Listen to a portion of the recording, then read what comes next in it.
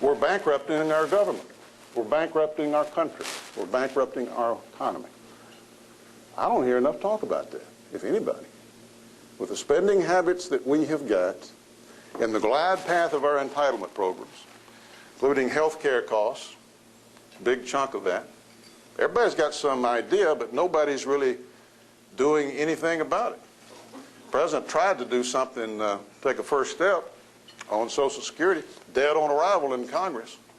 Then they pulled back, and that was the end of that. We can't do that as American people.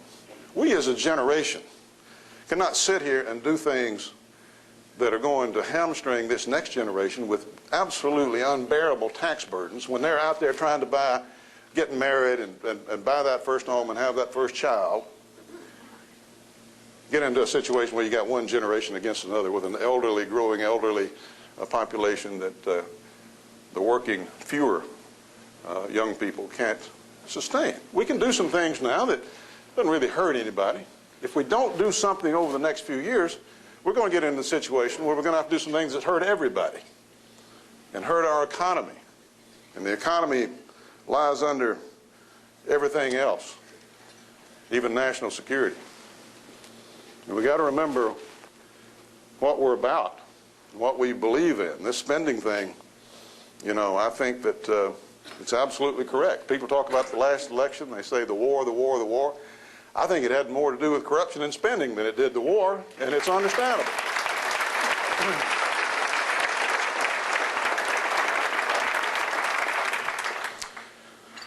Sad to say, some of our folks went to Washington to drain the swamp and made partnership with the alligators instead. And we got our attention, as well they should. But the main thing we got to do, I think, we're going to have all kinds of issues. You're going to have issues as you read history. You realize the things that people going into an administration think that they're going to be having to deal with.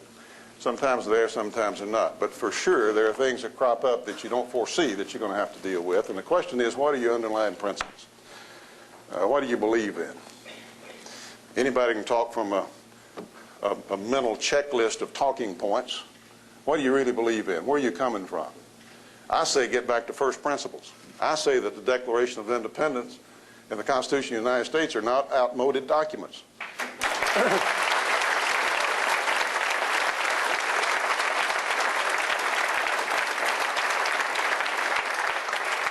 Based upon the wisdom of the ages, the accumulated wisdom of the ages, based upon the fact that there is such a thing as human nature, that oftentimes we err, but we can aspire to wonderful things. Those kinds of things.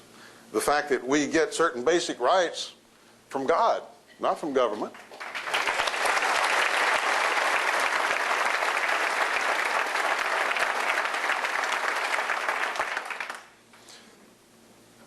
The fact that we have a system of checks and balances and separation of powers. We all learned that litany in school.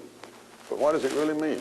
System of federalism, where the federal government's authority and power delineated in the Constitution. The rest of it's left up to the states and to the people. How does that play out in real life? Well, what they were trying to do there is every way and every instance is to ensure liberty for the American people, the individual person. And that brings with it responsibility. And people being counted on to do the right thing.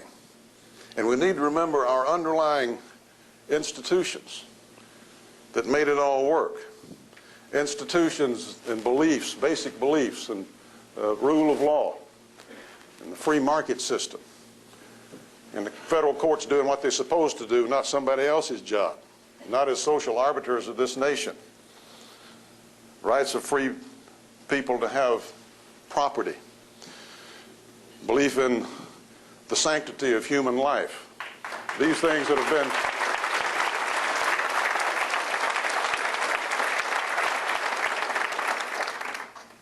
those are the things that made this a special place. And we are a special place as we stand before the judgment of history. We're the most prosperous nation in the history of the world. We're the most powerful nation in the history of the world, and I don't think we need to apologize for that. And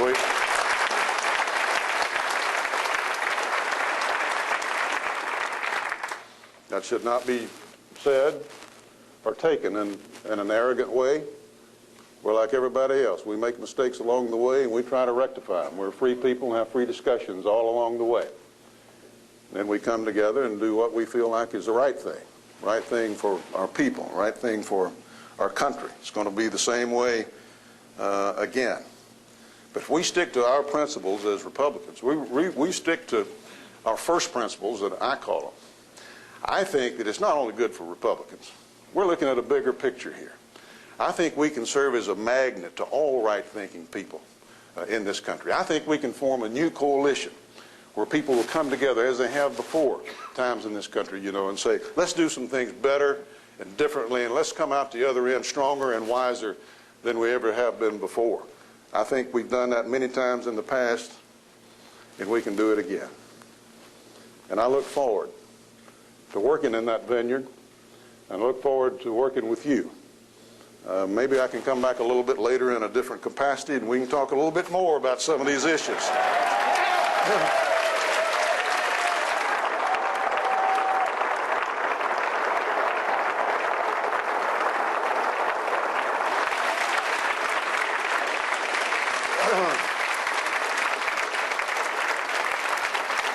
You know, thank you very much. Thank you. Thank you very much. Thank you very much. You know, I had another comment or two, but I think that's the perfect place to stop. Thank you very much.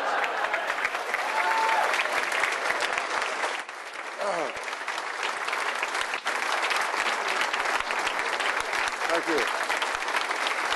Thank you very much.